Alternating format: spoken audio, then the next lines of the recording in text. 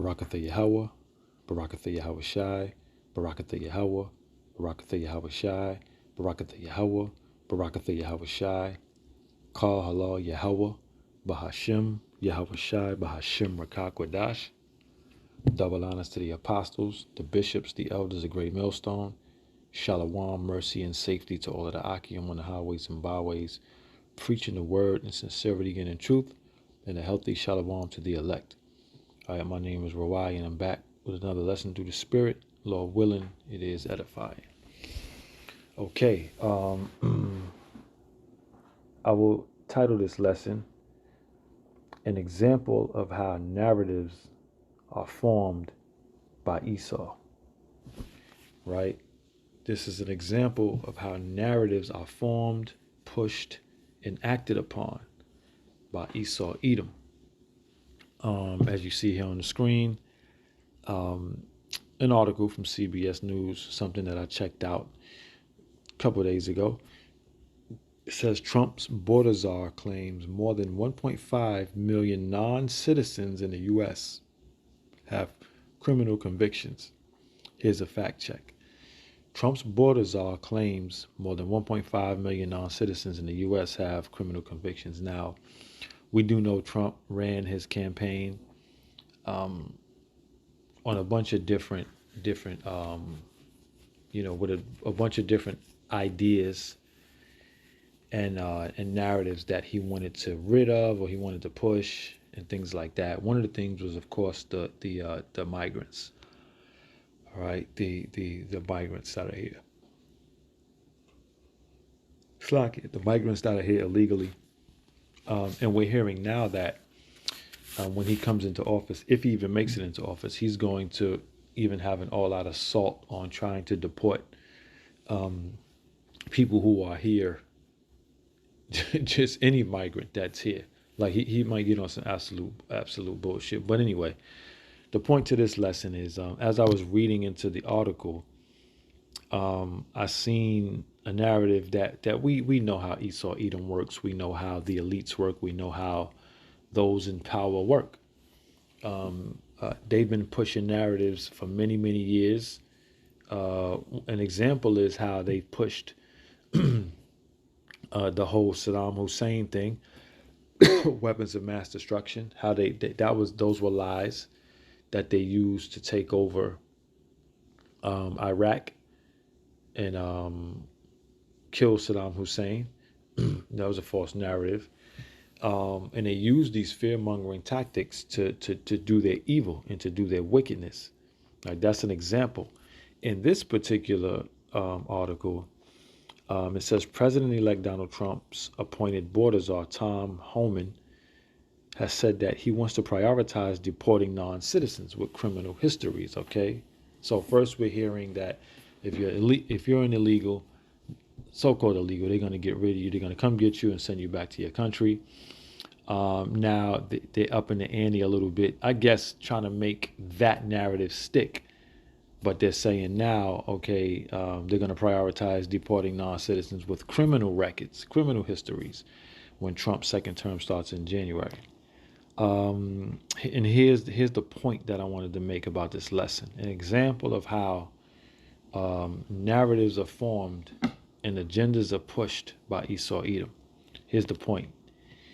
It says this follows recent high-profile criminal cases involving undocumented immigrants, including the murder of Georgia nursing student Laken Riley, some Edomite wench, all right, by a Venezuelan immigrant who crossed the U.S. border illegally. And that is a narrative right there that I feel that they've been pushing already. They've been pushing that already. This dude, even during Trump's whole campaign, he was playing some of his campaign videos, and they were going into this. Okay, it says this follows recent high-profile criminal cases involving undocumented immigrants, including the murder of Georgia nursing student Laken Riley. Now, if you've been following the news and Trump and this whole election, you know that they've been talking about this homicide, this Venezuelan immigrant who killed the little white girl from the nursing student, right? And so, again, an example of how you know, pushes his narratives. And so, this actual incident, this murder, is going to be used. It's clear.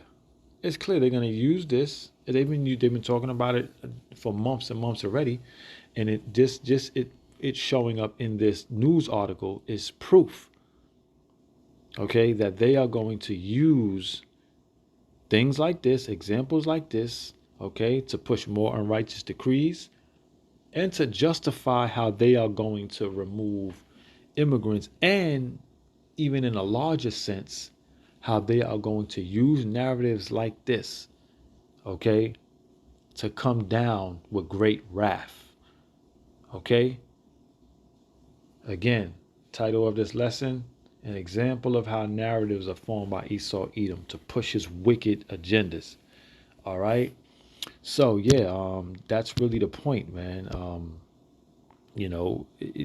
This is in many more articles, this situation, including this Edomite woman that was murdered by a Venezuelan immigrant. Okay, so they're going to be pushing this, man. And this, again, I mentioned some examples in the past how they've used things to even with the whole this whole new thing with Hamas and going into Israel and doing all of this stuff and just narratives, man. They done push narratives, man, and they're continuing to do it, saying that they're doing things to women and Hamas is doing it. Just narratives to further their wicked, disgusting, vile, evil, demonic agendas.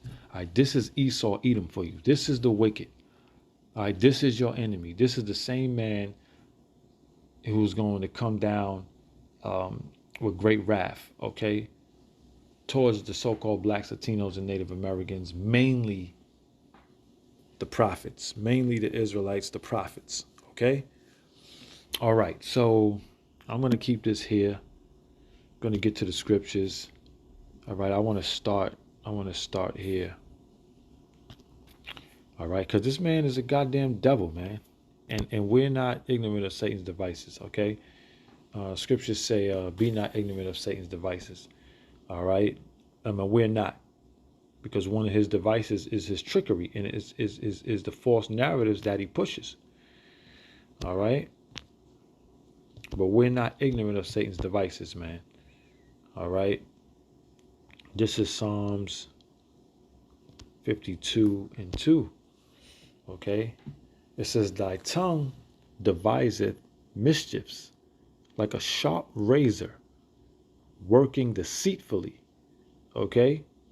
It says, thou lovest evil more than good, and lying rather than to speak righteousness. Okay? So again, thy tongue deviseth mischiefs like a sharp razor working deceitfully. Okay? So this man's narratives that he pushes, okay, is for him to follow up on these wicked agendas that he pushes. Okay? And it's very deceitful. It's very deceitful. Because while this may be an isolated incident, they'll use these things to push their wicked agendas. Okay, to scare the people, fear mongering. Okay, you push this, you put this little white girl up all on the screens, all on the news, and then you put a Venezuelan, so-called Venezuelan gang member, whether he is or not. You put him up there with his shirt off, tattoos, scary looking. You're gonna sway the minds of the people. Yeah, get these dudes out of here. Get these gang members out of here. I don't want my little white girl killed. My little white daughter. I'm afraid. All right. And this is what this devil does, man. This is how this devil operates. All right. Let's read it again. It says, thy tongue deviseth mischiefs like a sharp razor, working deceitfully. Okay? And that's all Esau Edom. Okay? That's all he does. All right? That is Esau Edom to the core. Okay? Thy tongue deviseth mischiefs like a sharp razor working deceitfully. Thou lovest evil more than good, and lying rather to speak righteousness. Okay? It says, thou lovest all devouring words, O thou deceitful tongue. Who has the deceitful tongue? Esau Edom. Okay? Goddamn devil, man. All right? And these are the narratives that they're going to continue to form and push. All right? To get the people in subjection, to get the people to agree to more unrighteous decrees, which ultimately are going to wind up biting them in the ass. All right. Micah 2:1. Woe to them that devise iniquity and work evil upon their beds. When the morning is light, they practice it because it is in the power of their hand. Right. They control the news media. They control the narratives. All right. They control it. Okay. Woe to them that devise iniquity and work evil upon their beds. This is the sick mind of Esau Edom. We use these narratives. We use them to scare the people. And the people are sheep. All right. So they fall for it.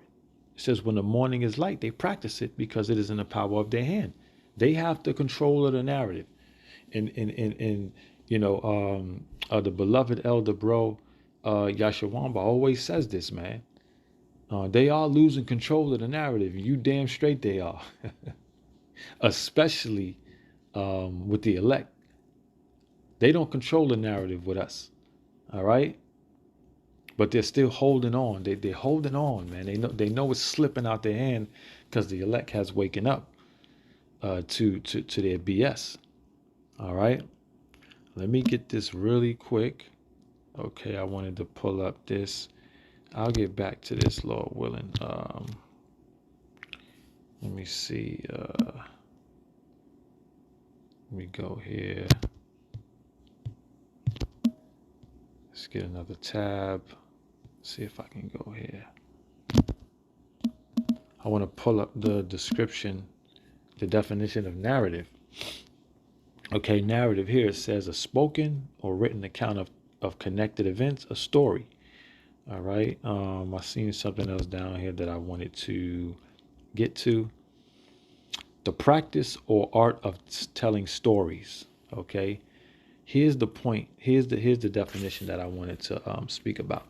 A representation of a particular situation or process in such a way as to reflect or conform to an overarching set of aims or values. Okay, so a representation of a particular situation, as per the article that I read. Okay, a representation of that article of a particular situation. Okay, so they're pushing the white nursing student. Why they got a name? She's the nursing student, but again, because it's a part of their narrative. Okay, a representation of a particular situation. So they're using the nursing student as the face of this is what you don't want to happen. You don't want your little daughter or your son to be killed by a gang member, an illegal migrant Venezuelan gang member. Okay, it says or process in such a way as to reflect or conform to an overarching set of aims or values. Okay, so people would look at these situations and ultimately conform to whatever Esau Edom pushes in your face. You know, they'll scare you in your home as this flashes on the 10 o'clock news. Oh man, we got to get these migrants out of here. Then you're walking down the block and now your mind is set on any so-called a northern tribe person you'll see, a Latino with a tattoo. Now you think that's a gang member. You locking your doors, you doing all kind of wild shit, right? All kind of scary shit. All right. It says a representation of a particular situation or process in such a way as to reflect or conform to an overarching set of aims or values. Okay. So there's always an aim and a directive, okay, when it comes to these narratives. And this is Esau Edom. This is what he's doing with his narratives, okay? Forming them to pretty much scare the people. All right? So that's a definition of narrative that I wanted to bring out. All right, let's go back to the scriptures. Let's see, got a couple more here. We're gonna go to, this is, let's go back to Psalms. It's the book of Psalms 83 and 3. It says, they have taken crafty counsel against thy people and consulted against thy hidden ones.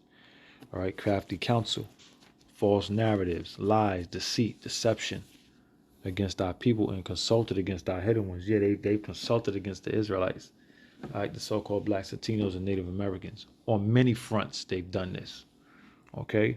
But this is some of that crafty counsel, okay, that they are using, okay, to push more unrighteous decrees, to scare you into subjection, all right? Okay, this is some of that crafty counsel.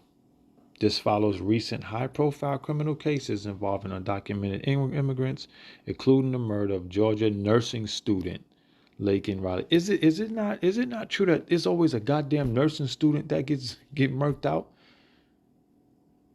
A little white nursing student that they show on the screen. This ain't the first time that every little fucking white chick that get killed or whatever is a goddamn nursing student. That's bugged out, but whatever. Esau ain't low, man. All right? Goddamn piece of shit lying devil, man. All right?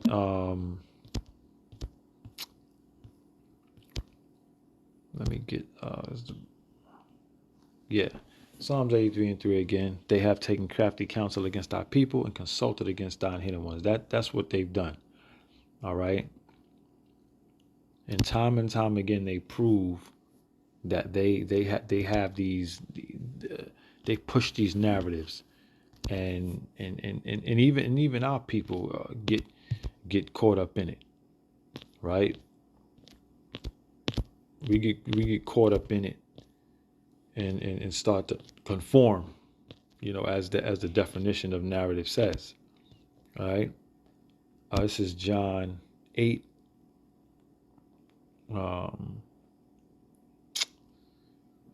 John 8 and 44.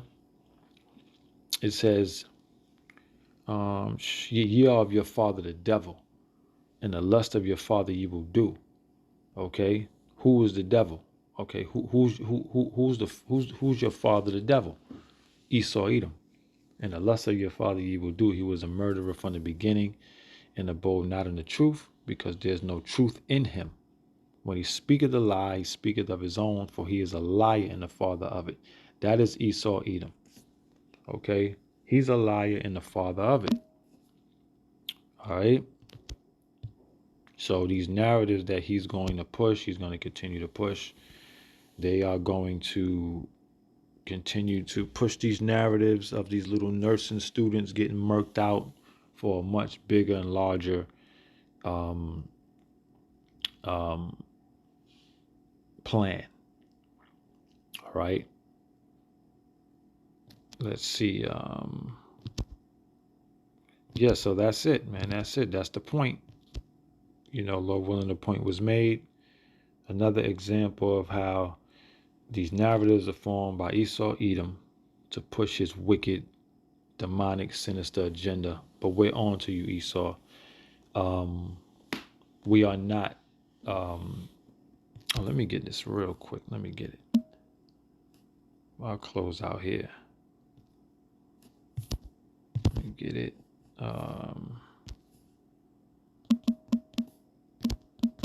It's 2 Corinthians.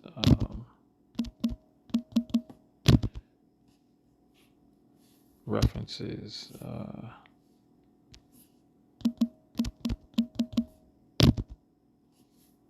don't know why it ain't coming up here. Let me get it real quick. 16:11.